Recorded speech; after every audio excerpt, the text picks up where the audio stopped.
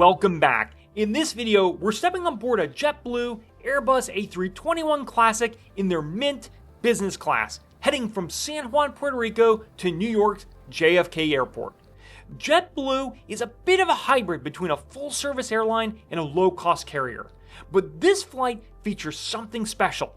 Mint is JetBlue's version of business class, and they advertise this product as an elevated seat and onboard service. It's offered on a handful of routes, but does it live up to the hype, and is it worth the premium price? We'll take a look at the ground experience, flatbed seat, and onboard service on this 4-hour flight to New York.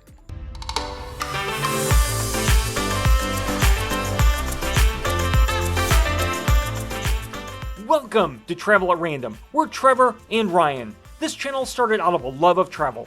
We're here to share unbiased and self-funded trip reports, hotel and flight reviews, and travel advice. We hope we inspire your next getaway. Check out our playlist in the description and browse the channel. If you enjoy this video, please hit that like button and subscribe to keep up with our latest content. Thank you for watching. Now, let's check out this unique JetBlue experience.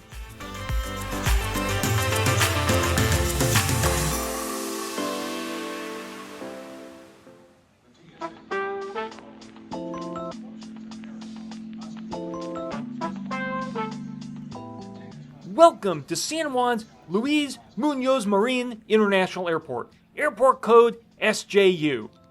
San Juan is the capital city of Puerto Rico, the closest of the U.S. overseas territories. It's located in the Caribbean between the Dominican Republic and the U.S. Virgin Islands. Puerto Rico is home to more than 3 million people. SJU saw over 13 million passengers in 2024. Today, we're flying JetBlue back to the U.S. mainland. They operate out of Terminal A.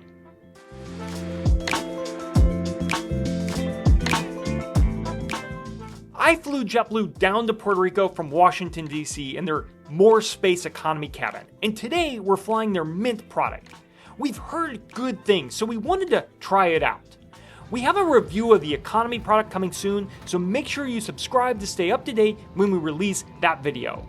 I was in Puerto Rico for work, so it's just me on today's flight.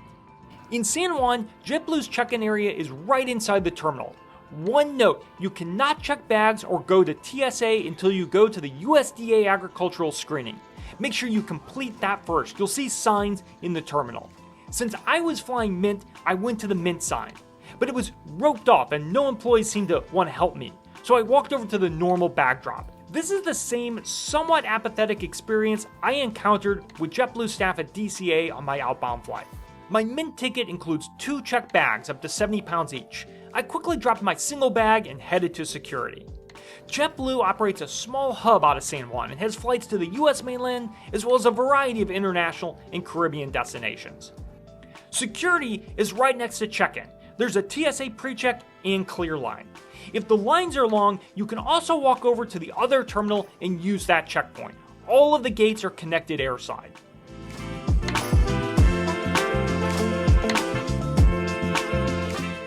After security, you're dropped into the duty-free store. Good to note, even if you're traveling back to the mainland, you can buy duty-free, even though Puerto Rico is a U.S. territory. JetBlue does not operate any lounges at any airport, but there are 2 Priority Pass lounges at SJU that are part of the global lounge network. There's a very small lounge right past the duty-free after security near the JetBlue gates. But if that lounge is packed, there's a second location near the sea gates. This is closer to American, United, Delta, and Southwest flights. I arrived right as they were setting up lunch.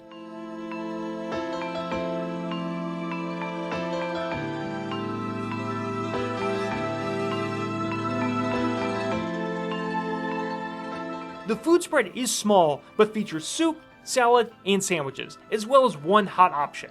You can order that hot item at the bar. Today they were serving chicken and rice. The lounge features an open area with tables and chairs, as well as couches and comfy seats along the side. On the day I visited, the lounge is only about half full, but I've been to this lounge when there's been a wait to get inside. When it's not too busy, this is a comfortable spot to spend some time before a flight. There's a small windowless room with couches near the rear of the club. The lounge also features a quiet work area and restrooms, as well as a kids' playroom near the back. The lounge offers Wi-Fi, it's easy to connect, and the speeds were decent. As for drinks, there's a coffee station to make Americanos, espressos, and cappuccinos. The lounge has a small bar with complimentary beer, wine, and cocktails, as well as non-alcoholic soft drinks and bottles of water. During the lunch service, the lounge was very well staffed, with employees quickly clearing plates and cleaning up after guests. Ignore the caution tape, the lounge was decorated for Halloween.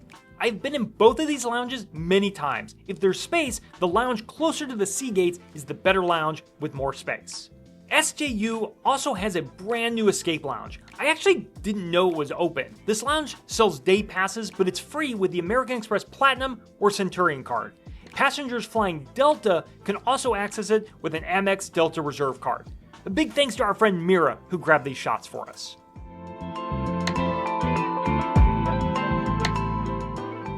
Today's flight will take us 2,061 miles from San Juan, Puerto Rico to New York's JFK Airport on an Airbus A321.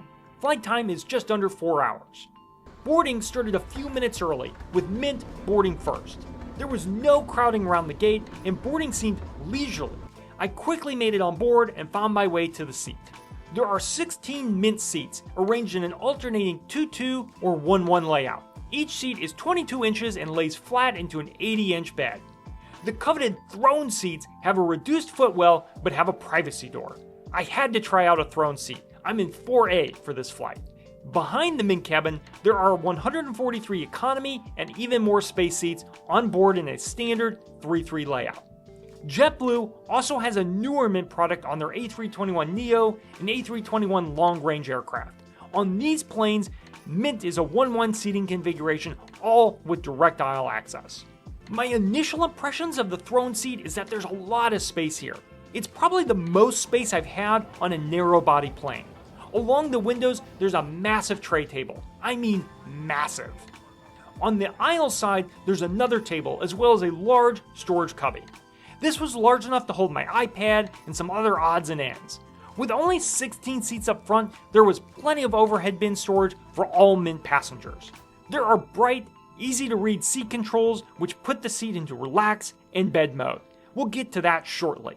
Also, on the same side is the IFE remote control. There's a sizable and sturdy tray table that comes out from the aisle side. By my shoulder is a reading light and a cubby with a bottle of water. Legroom is good, and of course, the seat lies flat. While I didn't sleep on this flight, the footwell is a decent size and wasn't as restrictive as I expected. This A321 featured individual air vents, which we always like to see. The throne seats feature closing doors, which the flight attendants unlock after takeoff. This was one of the few flights I've been on where I really liked having the door. It made the seat feel very private. There's one lavatory at the front of the cabin for Mint passengers. It's a standard Airbus lav, but it was kept clean throughout the flight. Back at my seat, pre-departure beverages were offered, including alcohol, but I opted to wait until we got up into the air. They closed the boarding door and we pushed back from the gate a few minutes early. It was a short taxi today and we were off. Enjoy a great view over the north coast of the island as we depart.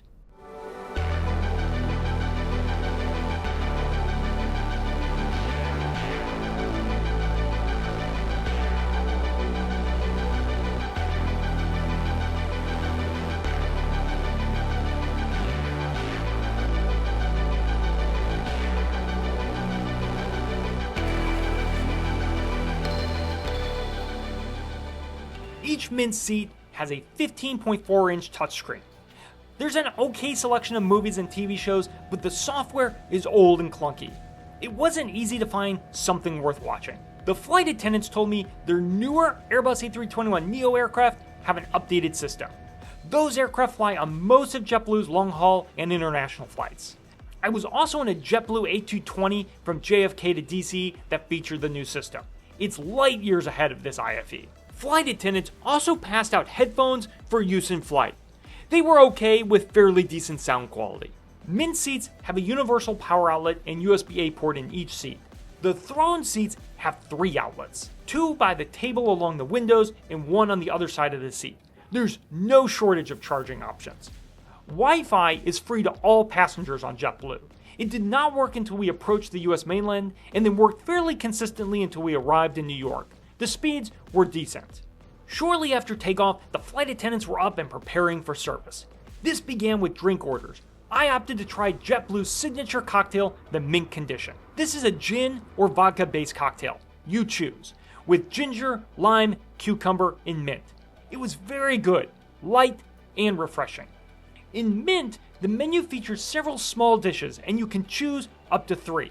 I selected a salad, jerk guava barbecue shrimp, and a mango barbecue chicken and rice dish, served with tostones, which are fried green plantains, with a texture and a taste similar to a potato more than a fruit.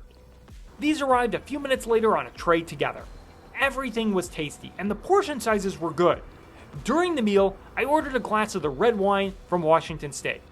This was the start of the wine journey on this flight. More on that in a moment. Flan was available for dessert, but I opted to skip it. All of the food was served in ceramic dishes, and metal cutlery is provided. The napkin is paper, but a nice quality.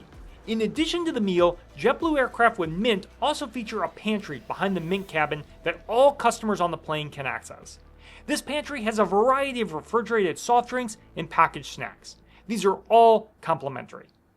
JetBlue provides bedding and an amenity kit in Mint. The seat will go completely flat and turns into a fairly nice bed.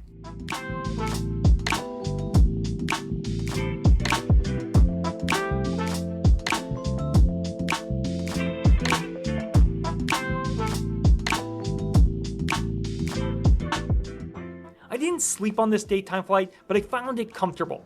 JetBlue has partnered with Tuft & Needle, the mattress company, and provides a nice memory foam pillow and duvet. The seat also features padding that's branded Tuft & Needle. I'd say this was one of the more comfortable business class seats I've been in. The amenity kit comes in a reusable pouch made by Cara. The kit includes socks, an eye mask, earplugs, lip balm, hand lotion, and mouthwash. Oddly, no toothbrush. There was also some sort of skincare treatment product.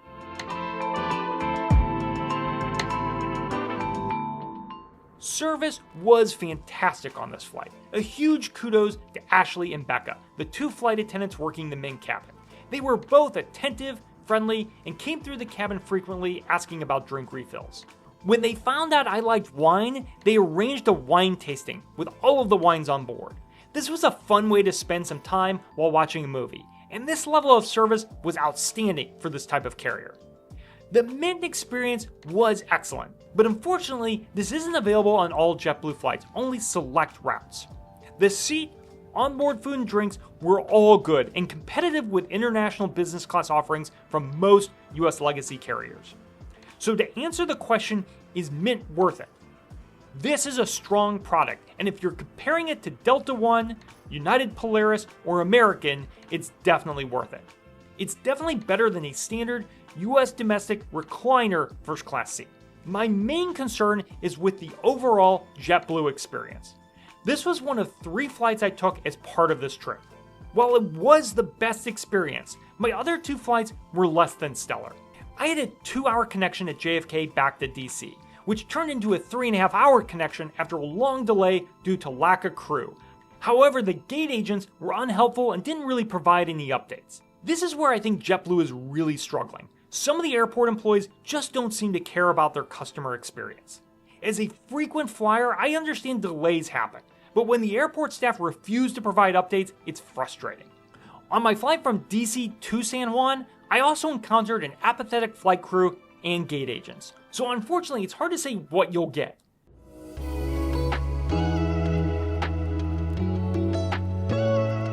Before landing in New York, the Mint flight crew presented me with a handwritten card thanking me for flying with them and wishing me a pleasant journey to DC. This was presented with some chocolates.